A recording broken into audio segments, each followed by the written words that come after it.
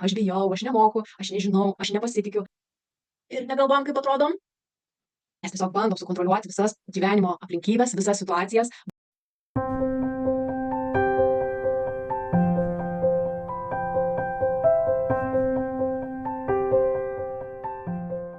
Ar kada teko patirti tokią vidinę būseną, kai visas kūnas įsitempia iki pat paskutinės ląstelės? Pečiai susigūžia, čia kažkas užsispaudžia, pradeda suktis galva, širdis permušinėja, pykina, lengvai sukasi galva, prarandi žemę po kojomis. Norisi arba sustingti, arba bėgti. Tai vadinama vidinė įtampa ir nerimu. Tai labas, aš esu Asta Pikiotė, esu intuityvioji mentorė ir meditacijos pagalba vedu tave į vidinės būsenos lengvumą. Šiandien noriu pasidalinti 3 efektyviais būdais, kaip sau padėti įveikti stresą ir nerimą. Tai visų pirma, kas vyksta mūsų kūne, kai mes pradedam jausti šitokią įtampą ir nerimą. Dėl ko tas kūnas mūsų šitaip reaguoja? Tai dėl to, kad mes pradedame bijoti, mumise atsiranda baimės jausmas. Ir ta baimė, jinai sustingdo mūsų kūną. Mes pradedam savo galvoje sukti tokias mintis ir tos mintis sukasi kaip karuseliai, susiūbuoja ir ateina tokios mintis, aš negaliu, aš nemoku, aš nepasitikiu, aš nežinau, aš nesu tobula, kas dabar bus, ką apie mane pagalvos. Mes tiesiog bandom sukontroliuoti visas gyvenimo aplinkybes, visas situacijas, bandom paversti kažkokią tai tobulybę, kurią sukūrėm savo galvoje, kažkokį paveiksliuką, kurį įsivaizduojam kaip idealų, kaip turėtų atrodyti. Mes pradedam save lyginti su kitais žmonėmis ir tai sukelia mums įtampą. Ką turėtume pradėti jausti? Tai turėtume pradėti jausti savo kūną, visų pirma tam, kad išsivaduoti. Tai numeris 1, ką galima padaryti dėl savęs, atsipalaiduoti. O kaip tą padaryti? Padaryti galima per priešingą veiksmą. Kadangi per daugelį metų išmokom nejausti savo kūno, tai kūnas per tokį sustingimą jis ir šaukėsi help me, padėk man. Tai paimam savo pečius, purtom lengvai ir pakeliam link ausyčių.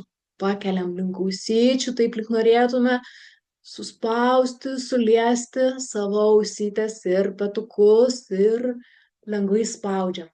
Ir sutraukiam visą savo veido raumenyną. Ir negalvojam, kaip atrodom.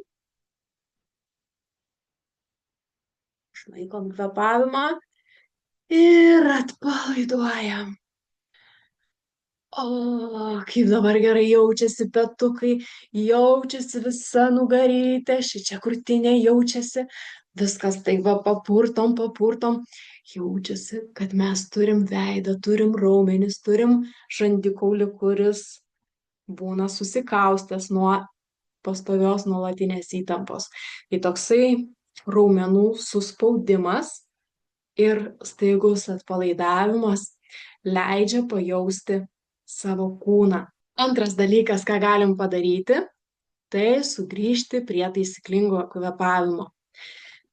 Kai mes kvėpuojame paviršiniu kvėpavimu, per tą tokį nepasitikėjimą savimi, per susigūžimą, mes pamirštam, kad mes turim kvėpavimo dovaną ir pradedam taip paviršiumi plaukti ir taip kaip žuvytės, tik tais palengva žiopčiojam, bet iš tikrųjų mums yra duota dovana, mums yra duotas diafragma ir kvėpavimas pilvu. Kaip ir garsas, mes kalbame, dainuojame ne iš gerklės, ne iš šitos srities. Mes kvėpuojame, dainuojame, kalbame iš savo pilvo srities. Tai jeigu matėt, kada miegantį kūdikiai visi be išimties moka taisyklingai kvėpuoti. Jie tiesiog matosi, kai tas putlus vaikelis toks yra, matosi, kaip jo pilvukas išsipučia, susitraukia, išsipučia, susitraukia. Toks turi būti taisyklingas ir žmogaus kvėpavimas. Tai dabar pasitreniruokim. Įkvepiam taip, kad pilvas išsipūstų. Sulaikom kvėpavimą.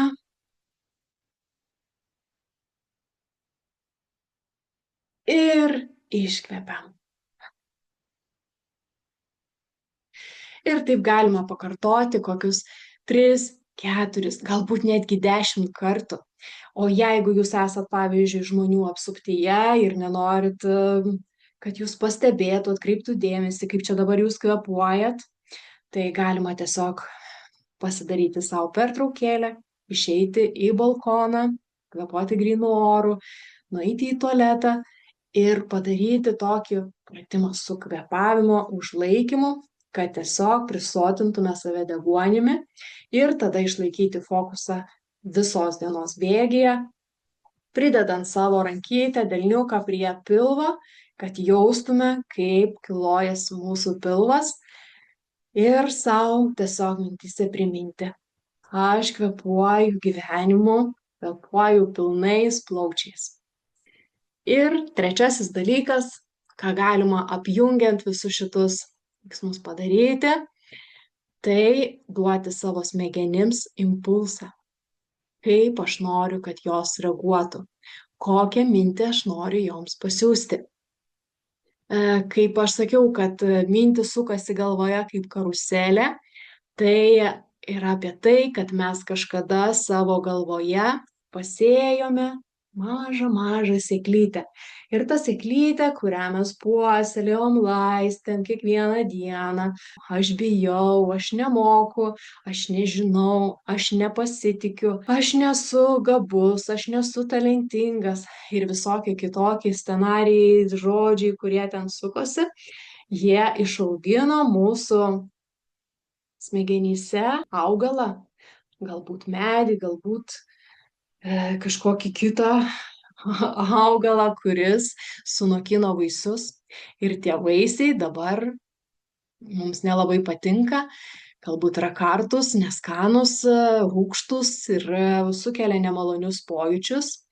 Tai turim išmokti tą savo sodą prižiūrėti taip, kad neaugintume tenais to, ko mes nenorime.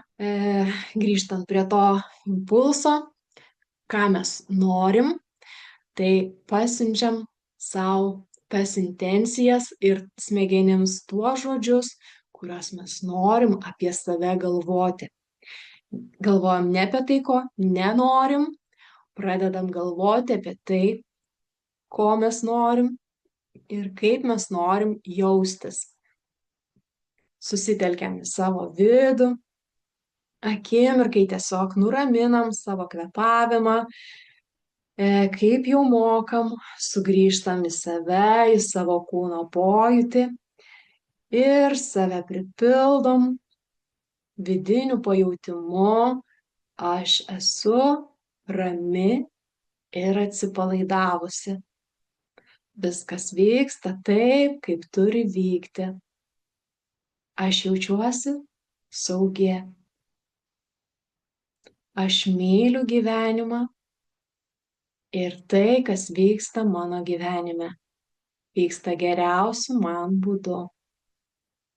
Aš priimu visą ir esu savo gyvenimo kūrėja.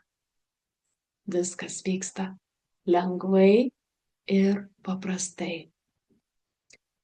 Galima savo įkalbėti tuos žodžius, kurių mums tą akimirką reikia, kurių ilgisi mūsų širdis, galima užsirašyti ant lapelio, kaip mantrą, kaip afirmaciją savo kartoti, skaityti rytą, vakarą, per pietus, kai tik prisimenam, pasimti tą lapelį ir persiskaityti tuos žodžius, tuos teiginius, kurie norim, kad taptų mūsų gyvenimo realybė.